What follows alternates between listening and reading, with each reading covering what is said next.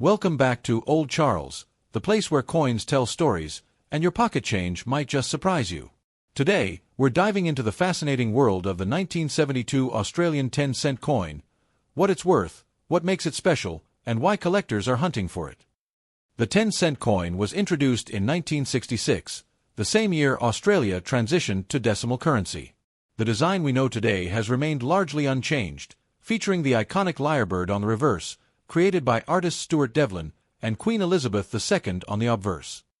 But today we're zooming in on the 1972 issue, a year that might not sound particularly special, but when it comes to coin collecting, rarity and condition change everything. In 1972, the Royal Australian Mint produced 22.8 million 10-cent coins. That may seem like a lot, but compared to other years, it's one of the lowest mintage numbers for 10-cent coins in circulation. This makes the 1972 coin a key target for collectors, especially those assembling full-date sets. Just having a 1972 coin doesn't mean you've struck gold. Value depends heavily on the coin's condition, also known as its grade.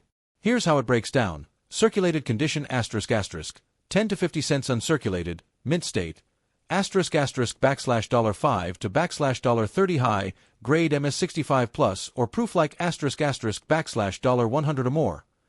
Errors or misstrikes ***. These can command premium prices, often $200 plus, depending on rarity. Always check both sides of the coin carefully.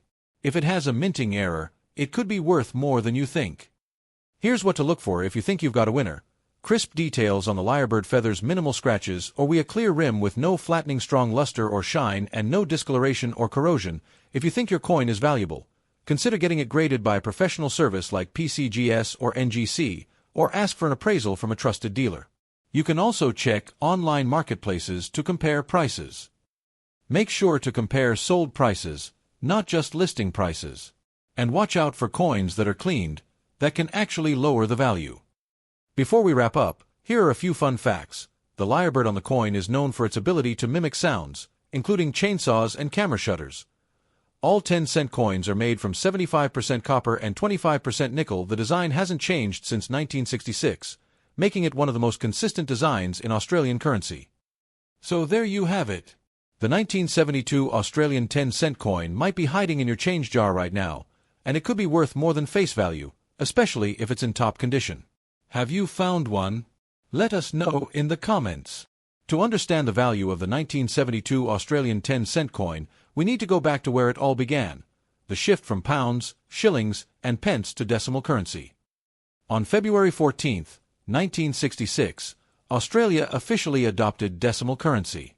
The new system replaced the old British-style currency with a simpler and more modern one. The Australian dollar was introduced, and with it came a whole new set of coins, including the 10-cent piece. The 10-cent coin replaced the pre-decimal shilling, and even shared a similar size and value. It was part of the original lineup of decimal coins: 1C, 2C, 5C, 10C, 20C, and 50C. The reverse side of the 10-cent coin was designed by the renowned Australian artist Stuart Devlin, who would go on to design many of the country's coins. The coin features the superb lyrebird, a native Australian bird famous for its intricate tail feathers and astonishing ability to mimic natural and artificial sounds. This bird wasn't just chosen for its looks, it's a symbol of Australia's rich wildlife and national identity. On the obverse, the coin featured a portrait of Queen Elizabeth II, designed by Arnold McKim, a familiar image on many Commonwealth coins during that era. The Royal Australian Mint, located in Canberra, began striking these coins in 1966. Over the years, tens of millions were minted annually to meet the needs of a growing population and economy. By 1972, the 10-cent coin was well established in circulation. However, that year saw a notably low mintage, just 22.8 million coins. Compared to years like 1966, which had over 60 million, this made 1972 one of the rarer dates for 10-cent coins in general circulation. The design of the Australian 10-cent coin has stood the test of time. It hasn't changed since its introduction in 1966, making it one of the longest-running and most stable coin designs in modern Australian history.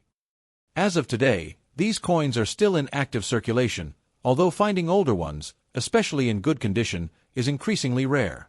That's what makes the 1972 version so intriguing for collectors.